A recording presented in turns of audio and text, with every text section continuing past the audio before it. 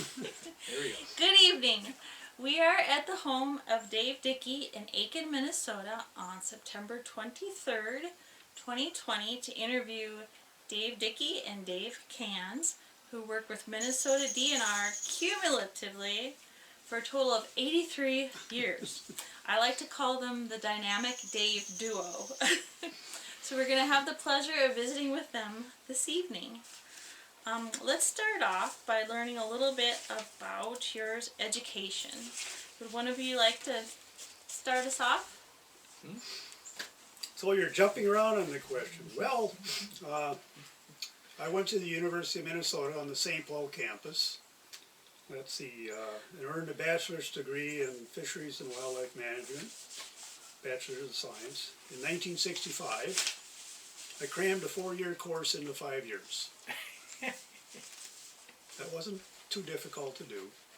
You know, and I always remember that we were basically at that time, we were competing with pre-med and pre-vet med students.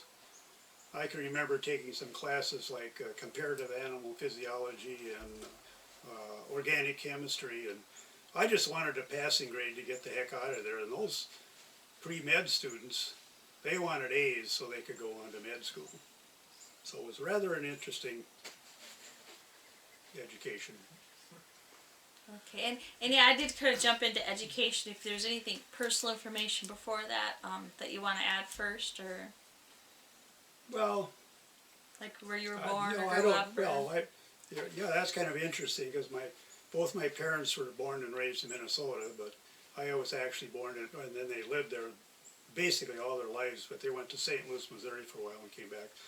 But I was born in Pasadena, California, mainly because my dad was in the service there at the time, and my mother was visiting when I decided to make my appearance. So I got to ride trains at a very young age. Okay. So, and I could care less if I ever get back to California again. I was there once afterwards, and that was enough. Okay. All right. Dave Kanzi, how about you about personal information and education? Well, I was born in Rochester, Minnesota, and had 2 brothers and 2 sisters. And in 4th grade, my dad got a job out in Spokane, Washington. We moved out there for about 5 years. Came back to Winona for a little bit, Milwaukee for a little bit, and then back to Rochester, where I finished my junior high school and high school. Went on to Rochester Community College in pre-fish and wildlife, and then transferred up to the St. Paul campus on the University of Minnesota and got my bachelor's degree in wildlife management. Okay. All right. And when you guys were growing up and in doing your schooling, were there any pivotal moments that really made you realize that, hey, this is what I want to do for my career? That came for me before school.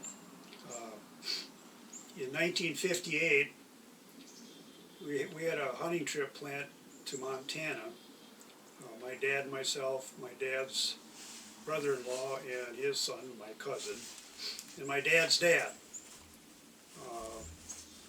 But it just so happened that my dad's dad died in October before we were to go out there. So that really piqued my interest in hunting, particularly. But the next year we went out there, and a biologist working for the Montana Parks and Wildlife, I believe, by the name of Fred Knowlton, and he stopped by and he was collecting gut samples from deer.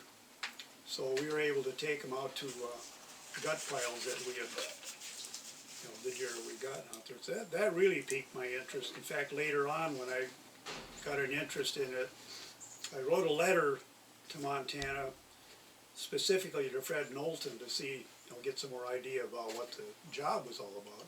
Well, it turned out he had gone back to school to Princeton, I believe, but his supervisor wrote me a very nice letter explaining what the job was all about. And so that's really what got me going. Mm-hmm. Plus the fact, when we moved to Edina, I ran into a couple other guys out there that had bows, and we started chasing every weekend. we started chasing squirrels and rabbits and occasional pheasants with our bows. Believe it or not, in Edina, but it was where MnDOT had bought the property for where the Crosstown and Highway 100 interchange now is. So that was kind of wild country. Yeah, I could see That kept me going too. Mm-hmm. But archery, hunting, and then I was a member of the Outdoor Life Book Club. So I'd get books like about hunting and bears and other animals. Mm-hmm. Kept me going. Yeah, I think my interest in outdoors happened probably in Spokane. Even though Dad and my two brothers would fish a lot in Minnesota, but out there we started camping and up in the mountains and hiking, and it just really intrigued me to see all that open wild land. And it kind of continued on when we came back to Minnesota. We were piqued with other people that were hunting. We heard stories about it. Dad didn't hunt, but my brothers and I sure had an interest in it. We would get Field and Stream and Outdoor Life and read all those cool stories and dream about it. And it took a while for us to convince Mom and Dad that we needed our first guns, 22s, and gun safety. And we were on the edge of Rochester, and we would walk across the highway and do our little hunting trips. And eventually we got shotguns, and I thought, wow, this is really pretty cool. I like this stuff. Yeah. And in high school, we had an ag class and a natural resource class, and that's when I first started thinking about, maybe as a career. In fact, there was a private organization, kind of like the Minnesota Sharp-tailed Grouse Association, in Rochester called Wildlife Habitat Incorporated. And I went to a couple of meetings at that, and we did projects. We went down to Whitewater and did some projects with George Meyer, who was a wildlife manager down there at the time. And I thought, yeah, that's what I want to do. This is kind of neat stuff. And we blew some potholes for ducks. In fact, one of the DNR people that came to speak to our class was Bill Barnacle, who was a forester in Rochester at the time. And it was so cool to come up here and have him and Brainerd. And Yeah. I told him that story. I said, you know what? It might have had a little bit to do with me wanting to go into, natural resource management. So yeah, it was kind of neat. Well, you mentioned in high school and whatnot, we did have a conservation club in our school, and our biology teacher took us over to the U and met Dr. Beer and Dr. Waters. And then also with my archery hunting, we found out about a place called Camp Ripley for deer hunting. So we would go up there every weekend, and of course there I met Walt Petriborg and John Edstrom, because they were heavily involved in that hunt up there. So it just built on it. Mm-hmm. Okay. Of course, then you get out of school, then you start looking for a job. I believe I wrote a letter to every Fish and Wildlife department in every state, and it was kind of frustrating from that standpoint. Yeah, I did almost the same thing. In fact, I think I had 9 temporary jobs before I finally got hired on as a biologist. Wow. Just 3 months here, and you get a 6-month here, and even I think I worked for 2 weeks up on Isle Royal with Pete Jordan through the University of Minnesota, and it's like, boy, you really had to scratch some things out back in those days to, really put in some good experience, and hopefully that showed up, on your resume, and got hired. But looking back on it, it was fun. I thought, oh man, worked in Wyoming, over here and over there, and it was kind of neat. But it was kind of tough for a while. Lived out of a pickup truck, and probably every young wildlifer's dream is to do that.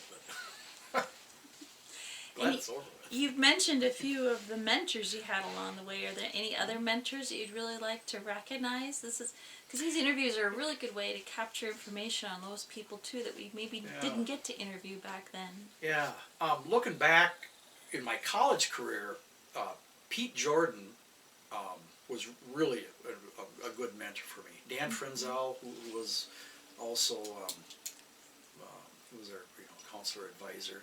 But Pete Jordan, really, I liked him a lot, and I think he liked me a lot. And we kept in touch even long after he retired, and you know, had get-togethers with him. So it was nice. With DNR guys, there's a lot of DNR people that I think were my mentors early on. I first started after college working for the Safari Club International out of Grand Rapids, Minnesota. We worked out of the research station there, so I got to know Pat Kanz and Bill Berg and Jack Moody, and you know, really some super biologists. Mm-hmm. And they kind of, you know, helped me love the North Woods.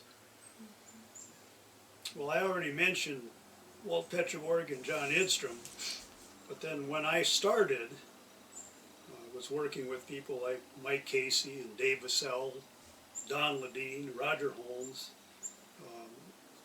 A lot of those were the early pioneers of, at that time, the Conservation Department of Conservation. It was just neat being able to work with those early people, and hear some of the things that they had to go through to keep things going and whatnot. But the way I got the job was kind of interesting. I had lined up a job. There was a dentist in St. Paul that had some land over north of Hudson, Wisconsin, and he wanted to start a shooting preserve. And I knew something about how preserves were set up, and so I had talked to him, and tentatively I was going to work with him. Then I got an invite to interview for the area manager job at Brainerd. And so I interviewed on a Friday. I think it was a Friday before graduation. I did not get that job. Henry Wolf got it. But they said that Don Burklow, who was the federal aid coordinator at the time, was looking for an assistant there on the Neighborhood Youth Corps program. So I went down and talked to him, and he said, yeah, so I got that job. The only thing is that we were having graduation rehearsal Friday night. Graduation was Saturday. Sunday I was going to put my then future bride on a plane back to her home in Nebraska. Our wedding was scheduled for the following Sunday. I started work on Monday. I was able to work 2.5 days through Wednesday noon. Then I drove to Nebraska, got married, had our honeymoon, so I had 2.5 weeks off without pay. Gwen had to quit her job because they wouldn't get her time off to get married. So oh my God. we were in kind of a pickle right to start with. But I came back, and so, and in retrospect, it was probably a good thing that it worked out that way, because I knew about shooting preserves, but shooting preserves have a lot to do with dogs, and I'm not a big dog person, so I'm not sure how that would have worked out. Good stories of persistence on both your parts about Yep. making your careers happen. Yes, good lesson. In your education, is there any aspect of it that you have found especially most useful to your career over the years? Part that you highly recommend to young people? Well, I put down there that I wish that I would have had more classes, perhaps, in public speaking. Okay. Because, you know, in reality, wildlife management doesn't really have a whole lot to do with wildlife per se. It's more people management. Oh, I remember Dan Frenzel used to tell us Yep. that. People management. And I can remember the early days up here and going to sportsmen's clubs meeting in Palisade and Tamarack and Dickey and Hill City. And particularly the first year I was up here, we had a terribly bad winter. So it was a matter of going and talking to those people and about feeding deer, which we're going to get to a little later. So, yeah, I think the the other problem that I had with the course at the university, it was geared towards research. You know, get your degree and then go on to research and get your master's and PhD. I would have much rather, so you start out in fisheries and wildlife management, and then partway through there you either go towards fisheries or you go through wildlife. So I went through wildlife, and at that point I think it should have been do you want to go on to research, or are you more interested in getting out in the field and working with the habitat? And that would have been a much better fit for me. So more human resources classes would probably Yeah, be I better. mean, I would agree with that. That's a really important part of Yep. professional. How to wildlife deal with management. people and I look back on some of the classes we had, the mammalogy and the plant identification and ecology, and you know, it's like, oh my gosh, what a struggle it was. But I still use that stuff now. It's like, oh my gosh, I can probably, you know, recall the scientific name of a short-tailed shrew, and it's like it gets, you know, embedded in there. But if you know, you use it a lot during your career, and you look up different things, and you know, my knowledge of plants in the area is pretty good. well, that's, you Life, know, but I suppose that was the start of it, and you know, I'm kind of glad that well, I happened. remember, I don't know if you had class in statistics, which I can't even say, but the professor, he didn't expect us to memorize, you know, all the formulas and everything. In fact, our final was an open book test. He just wanted us to know where to go and find it. And I can remember later on when I was working in St. Paul, and then the Redwood Falls opened up as a place, and there I didn't get it. Anyhow, remember Dave Vassell interviewing me, and he says, "How did you do in dendrology?" And I says, "Well, I did okay. I won't tell you how I did." He says, "Well, do you remember what tree has hollow pith?" No. Oh, don't you know? I can't remember. Butternut? But I said, well, I'll tell you what, when I get to a place, I will know what trees are in that area and what I need to know. Yeah, that's I don't need to know some tree that doesn't exist in Aitkin County, like Colorado blue spruce, which I got one of up there. But anyhow, that's, you know, Yeah. Yeah. Okay. Well, just kind of rolling into your professional jobs then from your schooling. You've mentioned a little bit some of your first jobs. Anything more about you want to say about that first job and then where it took you? Let's see. I'm not even sure what my first job was. I think it was at Isle Royal with Pete Jordan, and then I got a job with the BLM out in Wyoming, so I had to cut and leave Pete kind of short at Isle Royal, and I went out to Wyoming as a wildlife tech for a summer. But previous to that, I did through when I was doing work for the Safari Club International, that worked into a tenured labor position out of Grand Rapids Research. That was it. And then I went up to Wyoming for a little bit because I was tenured. Thief Lake called me because you're on this list of tenured people. You know, you got a job back, you know, here in Thief Lake if you want. And I thought, oh, Thief Lake, yeah, you bet. It's like, And you still go hunting there every year, don't you? It's still special. do. And if you talk to most wildlife people, they have to put in a stretch at Thief Lake, whether they're hunting or working. But quite a few people have. And then it was a struggle. After the Thief Lake thing, it was hard getting on. And you know, you do the testing. Back then they had biology tests, manager's tests, technician tests, you know, and you try to take them. And it's kind of disheartening. I think I scored higher on the parks test than all my wildlife. It's like, come on, what's going on? But then I eventually tested and interviewed for a job out of Medelia, Minnesota at the Farmland Research Station. So I took that position and turned one down out at Bemidji at the Wetland Research Station. So that was my first professional job, real job. Got married down in Rochester and stayed down there for I think a year and a half.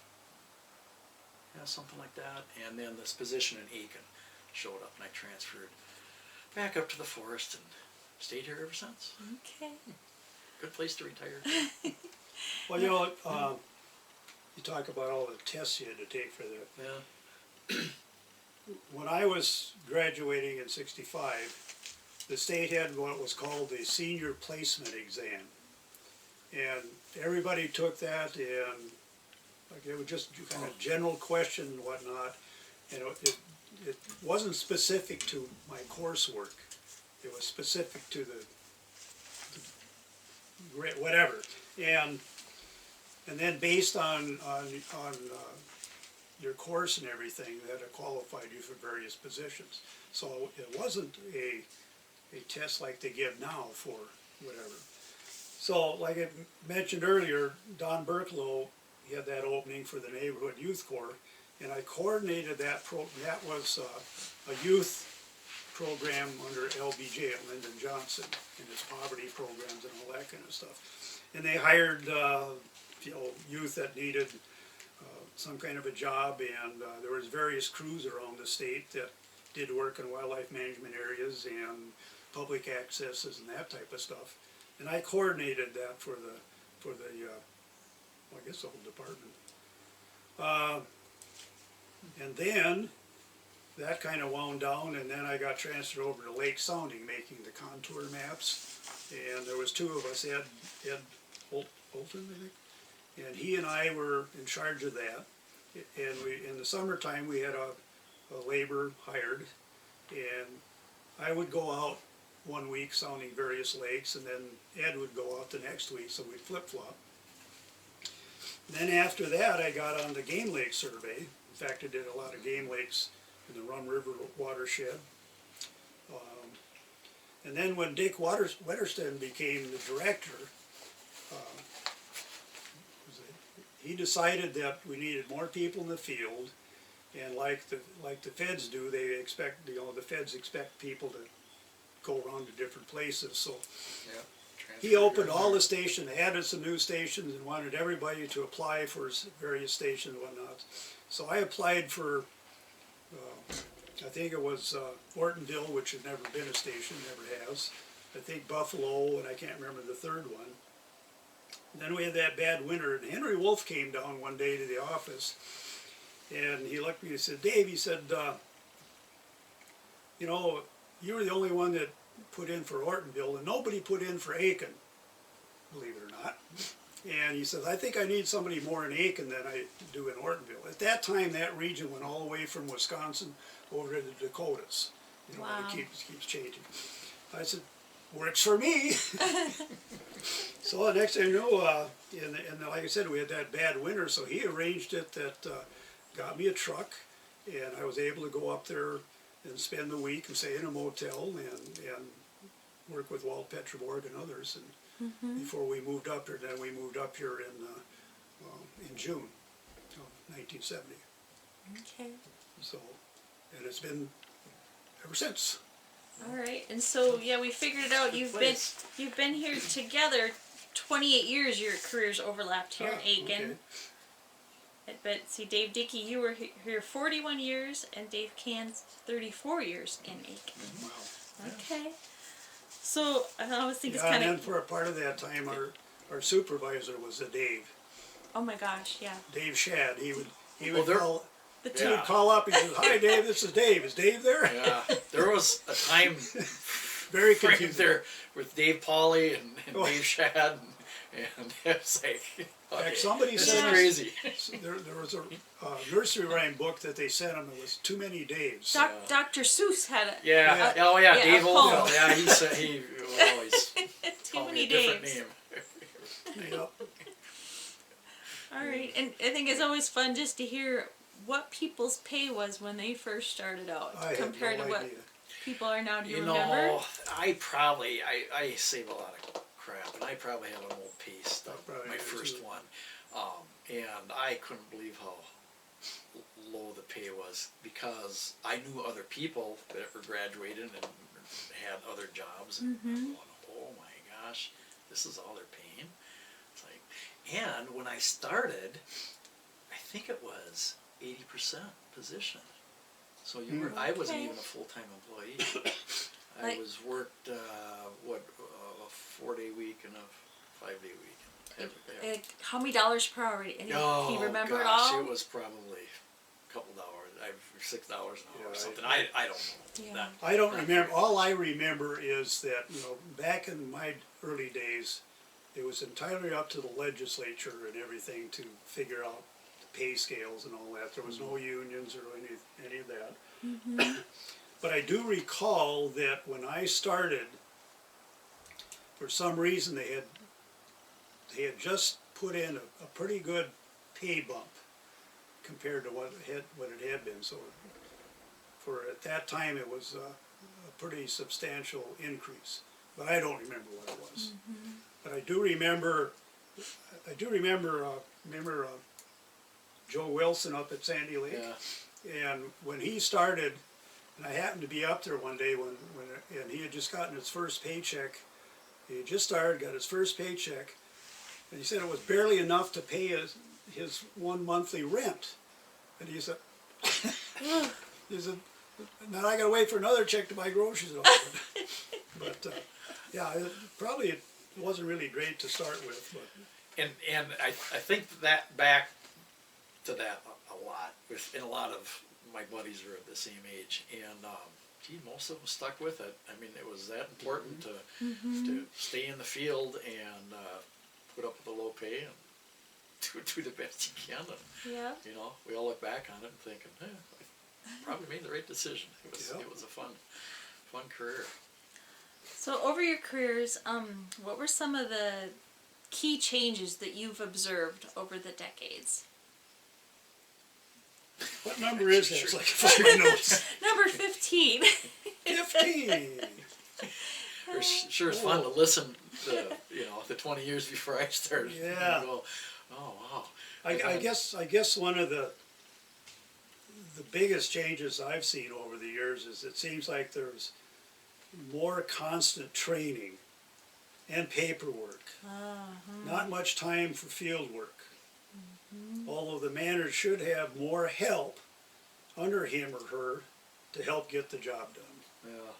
I mean, The last 5 to 10 years, I felt that way too. And you actually, if you could somehow calculate, you're going, Yeah. what am I, 30% efficient? Because you're dealing with so many different things. The paperwork, being with the state, it seemed like it was a lot of budgetary, keeping track of numbers. Well, I was just going to say, that was the other problem is coding and all the that coding and so many different funds and gee, I really can't do that because we're almost out of funding for that. And Yeah. and then And budget problems, not enough money to Yep. do this now because you had this, in case of like prescribed burning, you have all these great ideas. Here we got burn units and we want to burn them every 3 to 5 years and big plans and outside money coming in, and it lasts for about 4 years and then all the money's gone. And it's like, well, what the heck? What boy, are we I doing can that work remember. I for? can remember when our office was over where Jansen's. Yeah. No, where west the side of hair town. studio is there, and Steve Lane was area forestry supervisor, and we had a lot of plans for burning, and all of a sudden wasn't any money to do burning, and so I was talking to Steve about that. And he says, well, let's get together and put some smoke in the air, Yeah. and we did, but yeah, it just seems everything is geared to funds. So if you can't do it, and talking about prescribed burning, I remember one year I think someone managed to burn about 4,000 acres. I don't remember exactly where it all was. Maybe southeast of Palisade and all that. But anyhow, I asked to get the helicopter over here with the wardens to fly around there and get some pictures of it. Even go over in the other areas and get some. So he took off, and I'm looking around and. Where the heck is this 4,000 acres? I mean, it was a drop in the bucket. Yeah. And now they're talking about fires out in California that are bigger than Aitkin County. It's mind-boggling. I don't know how you put a line around Aitkin County to keep it from. No, they don't know how to put lines around those fires. I was just looking Pretty at a tough. binder today that I have that has your brushland projects Mm. data in there. Very, Yeah. very interesting to look I at know what it. you all did and know what it. we're trying to carry on. Well, Yeah. it's sad when you drive around and go, whoops, that Yep. got away from us. Yeah, I hear you. What the heck? Where'd You those know, trees come speaking from? of driving around, you know, Yeah. people ask me, do you miss the job? And I says, well, yes and no. I said, one thing I miss is not being able to drive around the area to see what's going on. Because now I got to use my own truck and gas. Yeah. You get to help smoke chase now and then, don't you? So you can get Well, up I and did. see. Yeah, I did air detection until COVID hit. Okay. It's kind of hard to sit 6 feet apart in a four-place plane. Yeah. Yeah. Okay, a few more career things then. What would you say was the most interesting projects that you ever were involved in? What number? Interesting ones. Interesting and most rewarding probably were if you were bossing a larger burn. Mm-hmm. The scariest too, because of the potential consequences. Mm-hmm. But very rewarding. You know, if you do all the planning and all the stuff involved in planning for this burn and actually bossing it, carrying it out, and having it successful. Very nice. But one of the most anxious moments in my life was bossing a bigger burn. Mm-hmm. It was, yeah. And some of them I'm kind of glad I didn't boss because of weather. I'm thinking, oh, the weather changed. I think, oh, thank goodness. Yeah. We don't have to do that one. No, but Well, you know, that article I sent you about prescribed burning in California, Yeah. and one thing that caught my eye in that article is you talk about the burn boss on a big wildfire. He really can't do anything wrong. Well, he can, but you know he's not really going to be held accountable unless it really goes to heck. But being a burn boss on a prescribed goes to heck, it's going to come back on you. Right. you know, a lot So, of responsibility. You know, they talk about the amount of acres they should be prescribed burning out there and what we should be doing here for sharptails. Yeah, but you still got to have somebody. Plus the fact, when I got involved in prescribed burning, I was pretty much grandfathered into positions because of from 1976 on, we had some training there and then wildfires there. So I had a lot of experience, but for somebody starting today, how long would it take him or her to be qualified for even a small burn? Yeah. It takes quite a while to complete all the tasks in the task book, particularly if you have a year like this year, Yeah. where we couldn't burn it all because of the pandemic. Right. Yeah. How about, what do you feel is the most pressing issue that you ever had to deal with? I think with me it was probably dealing with well-intentioned people wanting to save the deer by feeding them every winter. And one thing that hit me when I was writing my notes about that, and I would all say that, you know, I tell people, I said, yeah, you know, feeding a couple of deer here and there is no big deal, but trying to feed enough deer to affect the population, it just ain't gonna work. And I don't know if I know I wrote that down here somewhere, but with what's going on now with COVID and people saying this and that, and they keep saying, just pay attention to the science. So I did the same thing about deer feeding. Mm-hmm. The science says it just doesn't work. So I had to battle a lot with that, and it's still here, but not as much because we no longer have these sportsmen's clubs that would get together and insist that you have to, and you know, something like Ed Wold was long gone from here, but he just couldn't understand why I would say you can't feed deer hay. He says, they're out in the hay field in the fall. What do you mean you can't feed them hay? Well, Ed, that's not hay that you're baling out there. And they're not eating those dead stubbles out there. They're eating those new green shoots. and it was hard to, and another thing that I had to deal with Ed Wold, he was a representative from here at one time, and apparently he was in the legislature when there was an increase to the hunting licenses, and according to him, there was a gentleman's agreement that $1 of that increase was going to go into a fund to pay bounties. So to his dying day, he was convinced that there was millions of dollars sitting down in St. Paul waiting to pay for bounties because that was a gentleman's agreement. Well, it wasn't written down. So that was the fun days. A lot dealing of with pressing issues that I dealt with because I was more of a forest wildlife habitat person, was forest planning, and it was always seemed like a battle to deal with so many other forestry people, and you're the only wildlife person there trying to fight for your little part of habitat. And as the forest planning thing evolved over the years, the landscapes got larger and larger.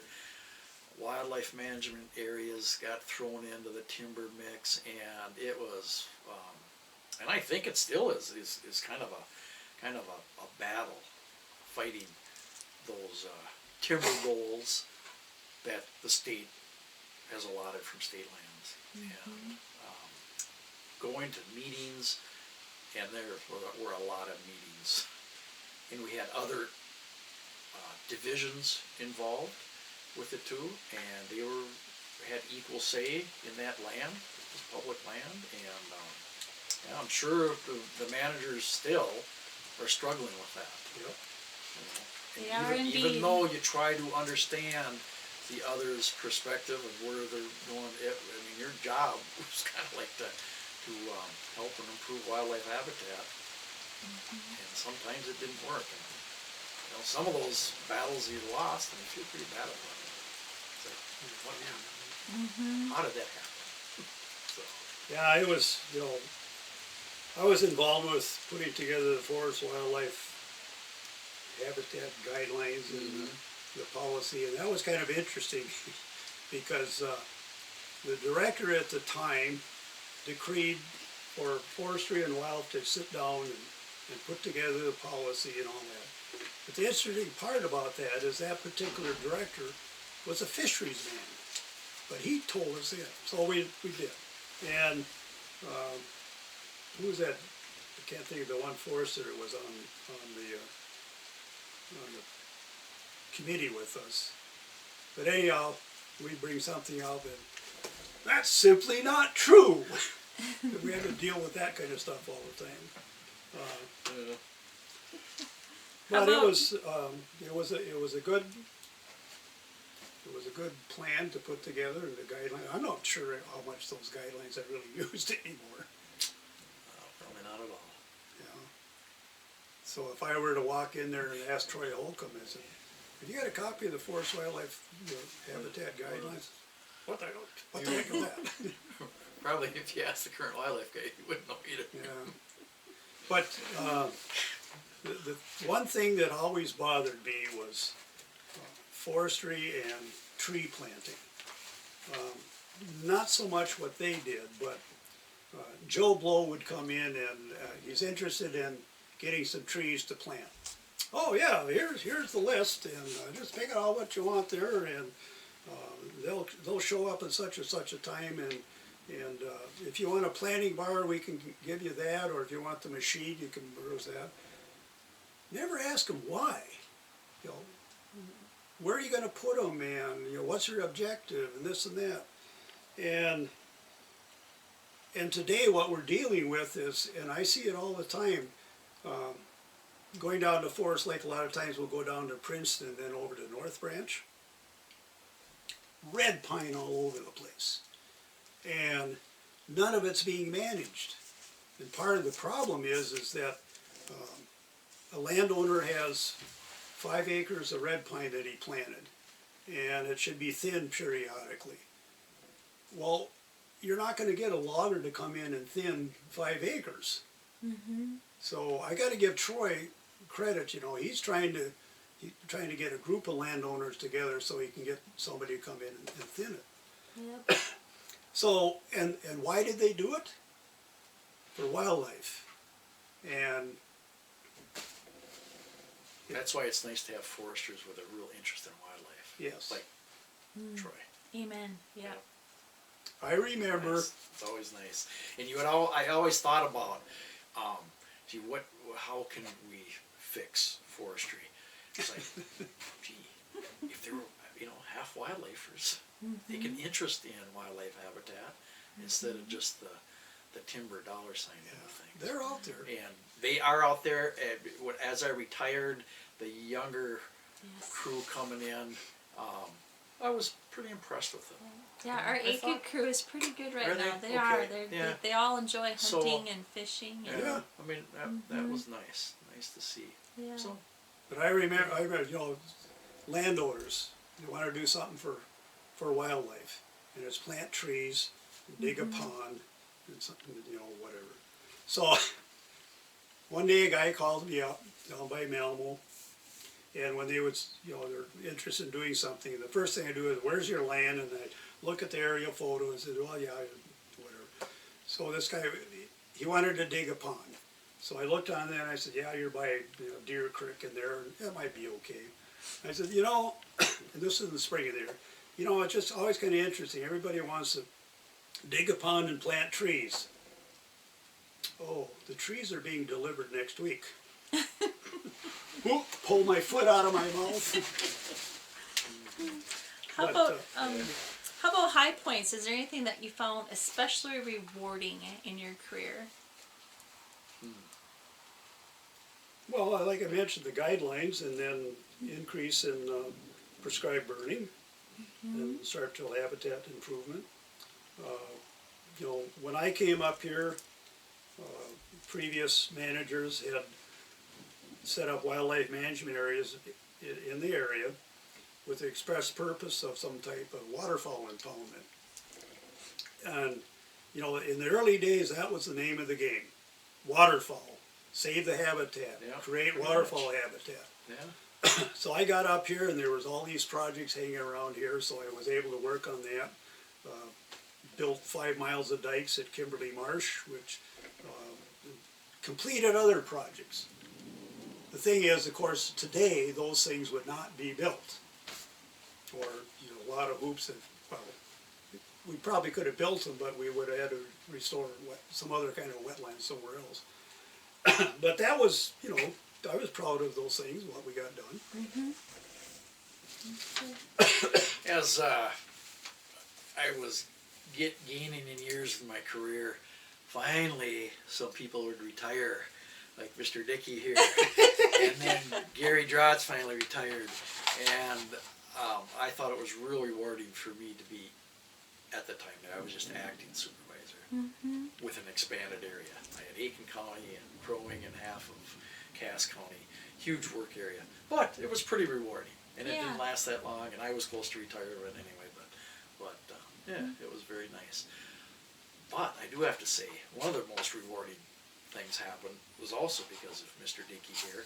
He had the opportunity to go up to Churchill, Manitoba on the Canada Goose nest search crew, and something came up and he couldn't make it. I don't remember And what it was, did but he asked me, or Region asked me, and I said, yeah, I'll go. And oh man, what a trip up in the tundra, and I don't exotic remember why I couldn't place, living out in the camp. Yeah. Yeah, it was one of the highlights.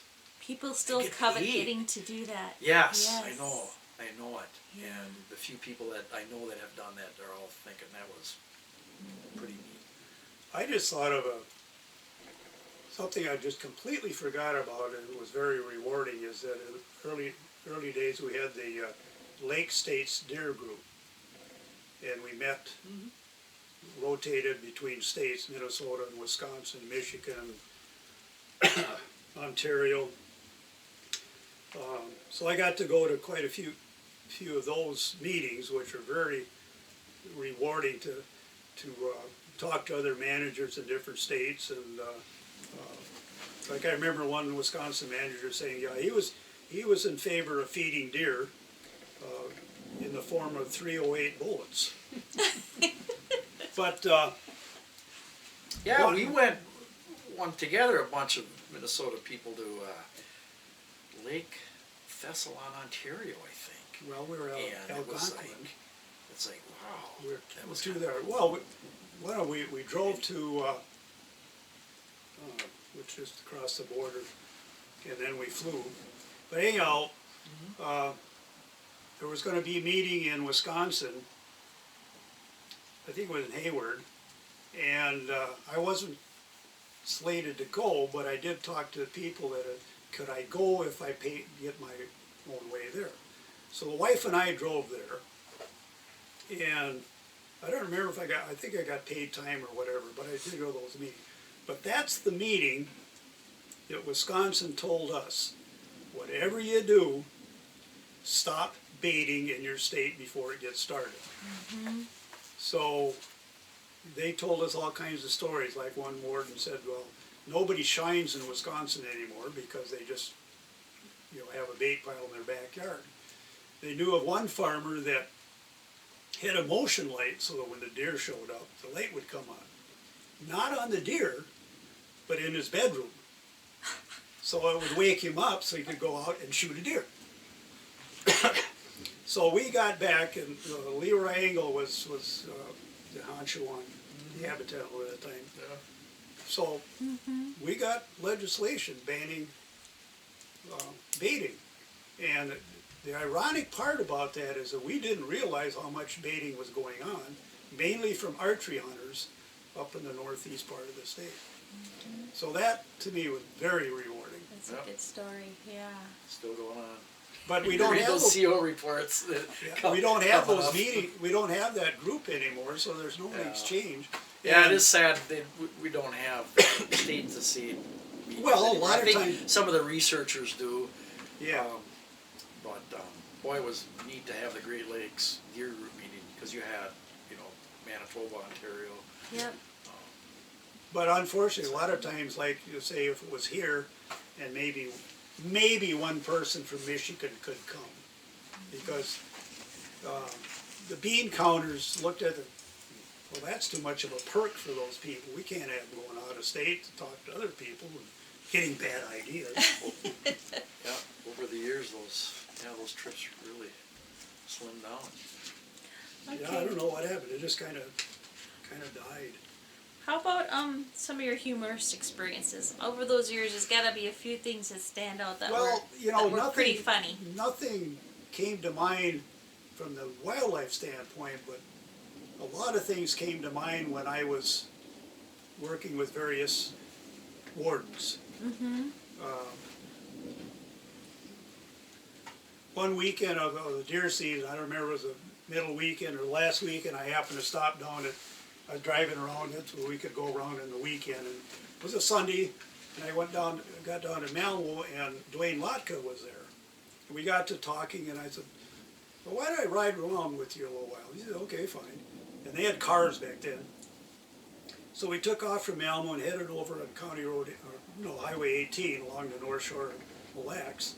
Got to the Glory Road, and here's this vehicle coming down with people wearing red. And it was at that time, if they were wearing red, you could stop them to look for an uncased gun or whatever. So Dwayne hits the lights, and he's trying to stop the car, and he said, get out and get him, and so I jump out there, and I run up there, and they had an uncased gun there, and so I go back there, and Dwayne gets up there, and I can't remember if he wrote it. What had happened is they're heading up to go hunting, and the dog had followed them up. So they were taking the dog back to the cabin or wherever, and they just uncased the gun. Took care of that, get back in the car, and Dwayne started driving around. I'm sitting there kind of laughing. He said, what are you laughing about? And I said, well, I'd never done anything like that before, so I jumped out there and I saw the uncased gun, and I said, aha! Dwayne almost went in the ditch again. So, but there was, I had a lot of humorous things with COs driving around at night looking for shiners and whatnot. How about you, Dave Kanz? Well, we had a wildlife technician that worked for us, Johnny Waller, a super guy. Oh, Oh, I know my what you're gosh, gonna say. he was very accident prone, not seriously and stuff, but one day we were working on the dike at Jewett, because probably there's some flooding failures or something. The drag line was there, so he must have been bailing bog that was up against the dike. Oh, He was okay. bailing with the drag line. Well, he got stuck. He got too far off the dike and couldn't get that that was a drag bailing line. No, at Jewett, he couldn't get it up on the dike again. Oh, there's another time. And he worked at it. And I'm there kind of helping him. What am I doing? It's like, I don't know how to run a drag line, but kind of monitoring things, I guess. Forestry had their cat sitting somewhere nearby. 350 cat, I think. He went and got it, drove it over there on the dike. He hooked the bucket onto this cat, and he literally lifted that cat off the dike, and he had enough weight to counterbalance him, and he could walk himself back on the dike. Oh my God, I wish I would have seen that. It's like, holy buckets, John, what are you doing? What are fleet and safety people say Oh, nowadays? yeah. It's like, holy cow, that was crazy. And then he did another one. It happened to be the very last day of work for him. He retired. We were up in Salem, or Little Hill, and notorious small impoundment that Beaver always plugged the darn thing up, and it was a pretty good outlet plane, 4 foot or whatever. And John went in there, and he's tugging at the sticks, and he's tugging at the sticks, and he's tugging at the sticks, and I'm standing at the end, and water's starting to trickle out, and the water's getting deeper and deeper, and the water's trickling out. And John, I think you got it. You better come out. And all of a sudden, I heard some noise, and him clunk, clunk, clunk, clunk, clunk, clunk. He runs out of that damn thing. He gets his butt out the other end, and it goes COWCH. Oh boy. And I'm going, John, you're gonna kill yourself. Last day of work. It's like, Yeah. One of the funniest It's things like, I remember now. why is it funny? I don't know.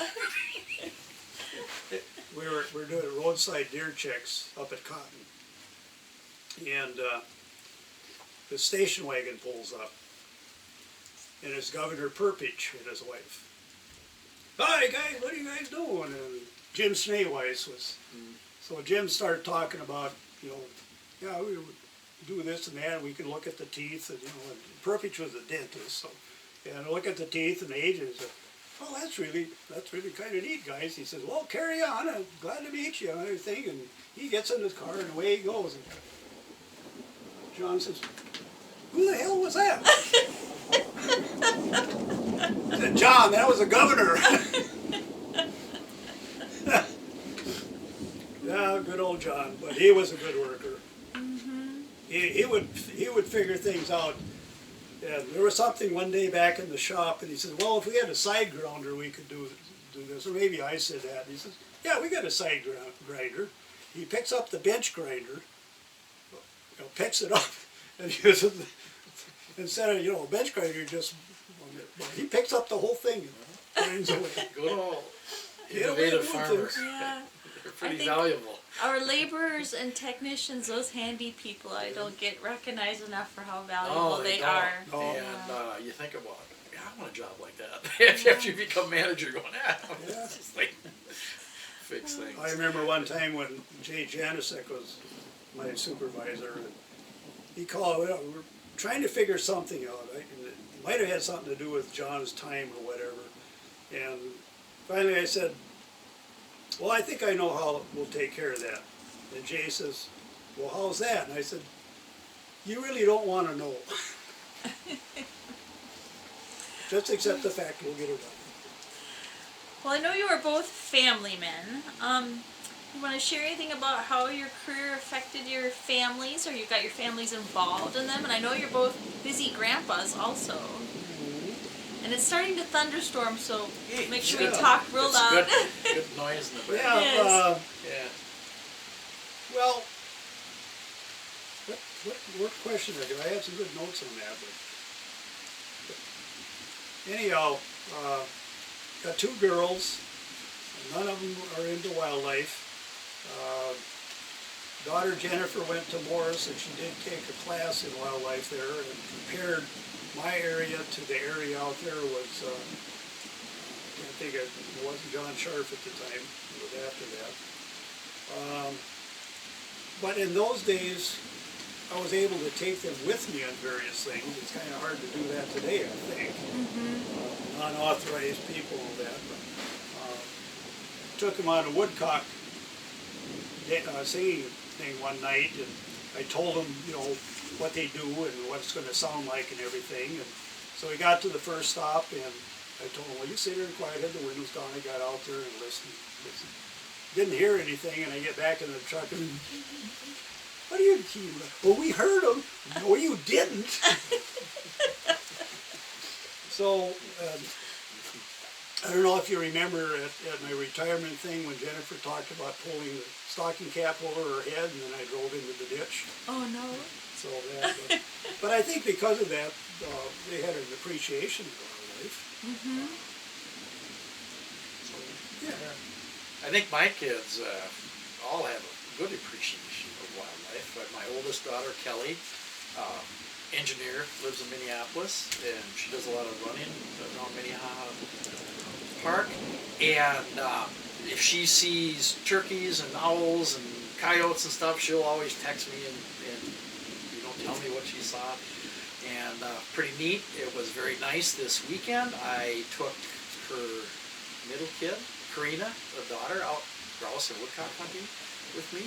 She's an avid outdoors person, and we shot a woodcock and had another flush right at her feet, and she's Nice. got the bug, which is good. And all of her kids like to fish, camp. She took her two oldest kids up to the Boundary Waters a couple of weeks ago, and really likes the outdoors. They do a lot of camping. My daughter out in Utah, kindergarten teacher, has 3 kids. They do a lot of hiking in the woods. They have 2 horses, some goats. And, they do a lot of trail riding. Still, she would like to hunt a lot, but she was just so busy. I did go out there once, and we hunted chukars up in the dry mountains in Utah, and she really, really enjoyed that. She actually flew back here once when one of her kids was young, and I took her duck hunting. So she misses it a lot. And then my son, Eric, fireman out in Bismarck, and married, no kids, but they have 2 dogs, and avid hunter. He once was interested in wildlife, talked with Dan Sparsky a little bit about it, but then didn't like school a whole lot. He decided to go into the tech end of things, become an electrician, became a fireman. Now he's full-time out in Bismarck, and he gets to hunt like crazy whenever he wants and fishes. So I just got back from a hunting trip with him last week. So very. And your wife was a science biology teacher wife, for many science, years, right? Yep, So she really, appreciates she your enjoys work. camping a lot, fishing Yeah. if we can get it in, and she'll actually eat my wild game. So that's pretty good. So it's nice. In fact, we just had some grouse and woodcock tonight. She's not here, but my son-in-law is here. Okay. So yeah, everybody's kind of a little bit into it. Eric especially is quite the hunter and outdoors person. So Good. yeah, it's nice. Yeah. Yeah, both my girls took firearm safety training. I remember when I told Gwen that I wanted Jennifer to do that, and Gwen said, "Well, you don't even know if she wants to hunt." And I said, "That doesn't have anything to do with it." And I'm a firm believer that everybody should take Probably firearm pretty safety. important to everybody. But Jennifer does hunt, Sarah does not. Okay. Well, in your retirement years, I know you two still continue to stay busy, excuse me, with natural resources and the outdoors. Now you both have been or are still members of the Minnesota chapter of the Wildlife Society, right? I'm not. I'm not No, either. or you were. Unfortunately, it's because I really enjoyed going to the winter meetings and stuff. And that's usually when I renewed my membership. We started going down to Florida every February since I retired. I always miss those meetings, and it's just, The last time I sent my dues in, it disappeared. Oh no. I don't remember when that was, but I remember sending them in, and I never got any response. I Okay. I'll have to re-up, because we're not going anywhere. Yeah. Well, you're with us in spirit then. Yeah. Able to figure this out while you Yeah, But I do want to mention though that, I mean, Dave Dickey, you received the Minnesota Award. yes, I did. That's the highest award that our chapter gives. So I think that's very notable. Yeah, and that was way in my early days. Okay. So yeah, that was kind of a surprise. I didn't even know what it was about at the time. In fact, they had to tell me I was getting something, so I should go to the meeting. Yeah. Jay Janisek or somebody said, "Oh, you should go to the one." I think it was those early years of forest, whatever the guidelines. Okay. I'm almost sure I that's think- what it was. I think Jack Moody was the one that probably nominated me Okay. for it. So Okay. I'd have to look on the plaque and see what year that was, but it was probably in the probably early 70s, And- late 70s. And over the years, you've both been involved in the Minnesota Sharp-tailed Grouse Society, helping with their brush cuts and being members. And Yep. Dave Membership Dickey's up. on the board right now, right? And how Mailer, newsletter, mailer out. he's our membership guy. Cleaned it up and got it going wonderfully. Yeah, there was, we must have sent 300 letters out to drafting members. Then- This email stuff is really slick though. I mean, that's a good way to do things. Yeah. oh, And how about are either of you still involved in the Deer Hunters or the Turkey Federation groups? Or I'm involved in both. Okay. The Deer Hunter chapter is in limbo right now. In fact, some of our guys thought we just, as of June 30th, we had just ended, but it's not. In fact, we just met with, I think, the regional director and somebody from the state office last Thursday, and we're meeting again next Thursday, not this Thursday. Trying to find some people that are interested in keep it going. yeah. In fact, I found out the meeting was last Thursday, and I told Wynn that. She said, "Well, you're not involved in this." I said, "Yes, I am." "You just can't give it up, can you?" And I said, "No." I said, "I'm not going to be an offer to him, but I want to see the chapter going." The Forkhorn Day, it's all about education for the youth. People need more deer hunters. Okay. See what happens. And yeah, I'm on the. I got on the committee for the turkey chapter because more or less to protect my turf. At that time, I thought we would never have turkeys here, but we do. Yeah. We have a lot now. I haven't seen one around here now since last spring, but that doesn't mean anything. They come and go, I guess. I don't know what they eat in the wintertime. Sumac. Yeah, I saw a few of those today. there's a lot of acorns out there. Okay, sort of wrapping things up now, a few reflections on the profession. You touched on it a little bit about what makes a great wildlife manager as far as speaking skills and people skills. Is there anything else you wanted to mention, especially to our young folks, about what you think makes a great wildlife manager? Well, having a passion for the outdoors really is. I used to think you really should hunt, be a good wildlife manager. I don't believe that anymore. Somebody racing? I don't believe that anymore. I've seen a lot of non-hunters, professionals that are really great habitat managers and ecologists and conservationists. So, but just having that passion for outdoors. Yeah. And the communication skills. Some of the most difficult parts of my career were dealing with difficult people, whether they were landowners, farmers, and then foresters, some of the land managers that were really good butt heads with. So knowing how to deal with those is really important. And then if you could know everything in the world of the environment, it sure helps. The plants and the animals and how everything interrelates.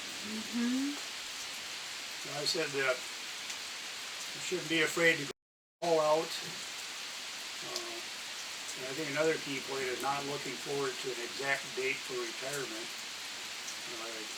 Larry Bundy in particular he would always talk about when he was going to retire.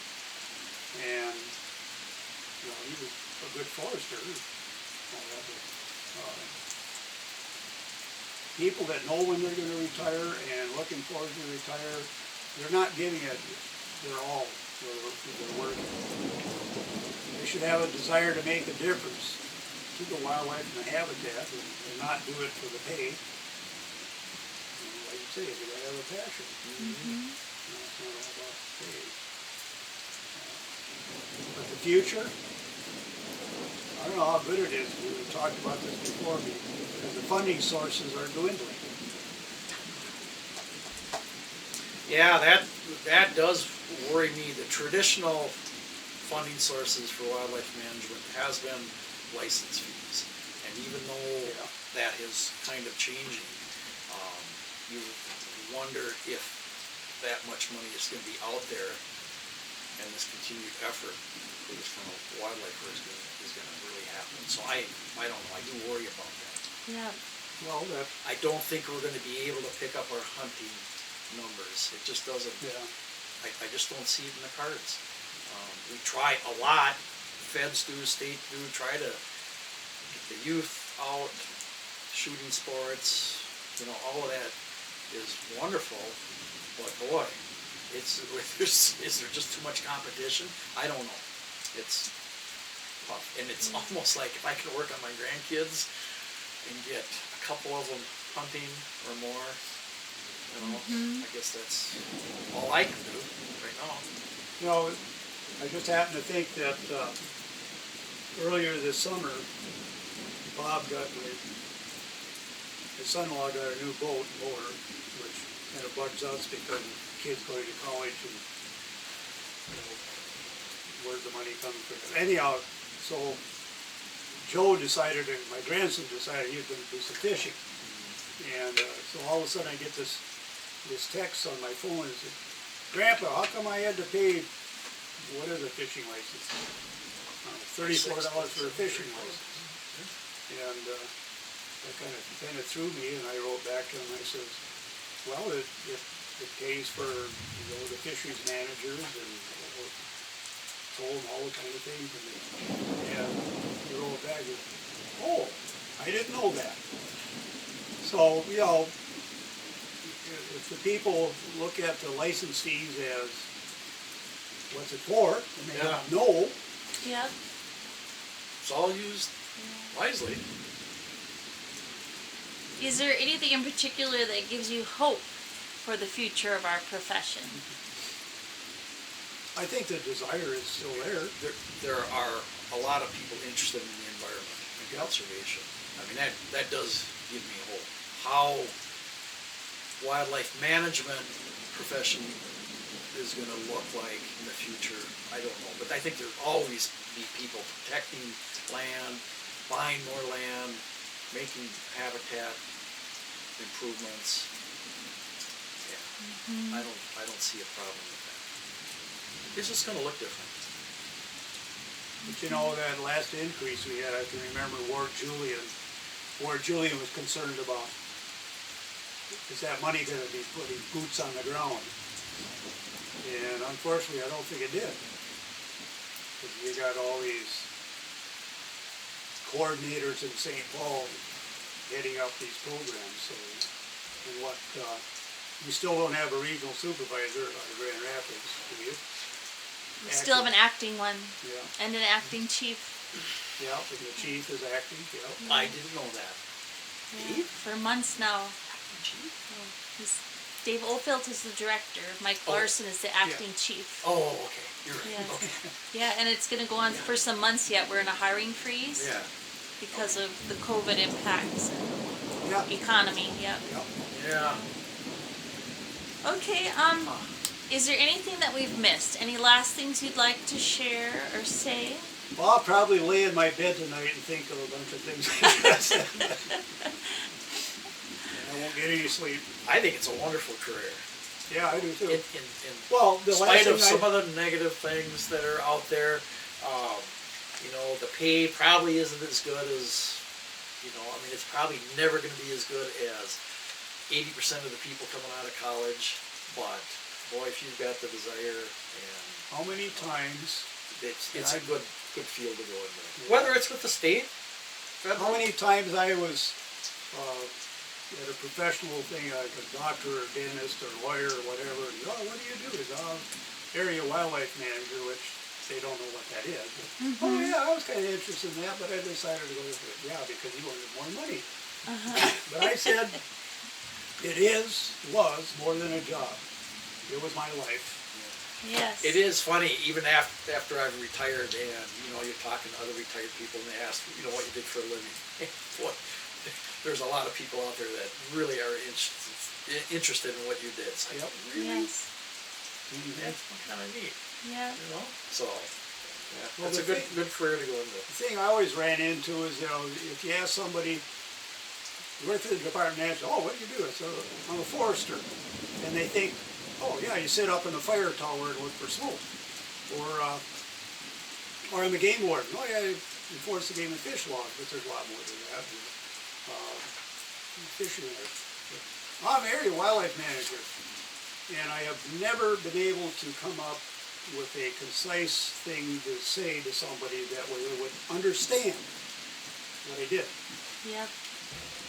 And well, my early days, I did some teaching up at Long Lake. They conned me in there for one day each session. And one of the first things I do, I'd have the kids take a piece of paper and write on that, what do you think I do as area wildlife manager? And I get these back. Help the injured fawn. That type of thing. You don't have a clue. And then if you sort of get them there, I think I mentioned this earlier, we don't manage wildlife, we manage through habitat and people. So it's more managing people than Yeah. We're kind of jack of all trades too. We Yep. do a little things of many different tasks. Yep. Yeah. For sure. I remember in the early days, all the sportsmen's clubs, so monthly I would write up a little report of what was going on and send it out to the club. But at that time it was before computers, and I just had a typewriter, didn't have a copy machine. So I would write it up, send it over to Brainerd for the clerk over there to type it up and send it out to the clubs. So I'd get to the club meeting and the secretary would be reading my report, and I didn't say that. Look at that. So I asked Henry Wolf about that. I said, you know, I read out this. Well, I changed it a little bit to make it sound more professional. I said, Henry, look at the people I'm talking to. You need to be down to earth. Yes. Exactly. Yes. You gotta, so they understand. Okay. Well, I want to thank you, gentlemen, for your time tonight, and also in your dedication over the years and everything you've done for natural resources. I know I myself learned a lot from you guys in Aitkin when I was the private land biologist while you guys were there. And I've always thought of Dave Dickey as my DNR dad and Dave Kanz as my DNR brother. So you're both very special to me. That's good. Yeah. That's nice. So thank you very much. Well, good. Thank you. Thank you, it was great.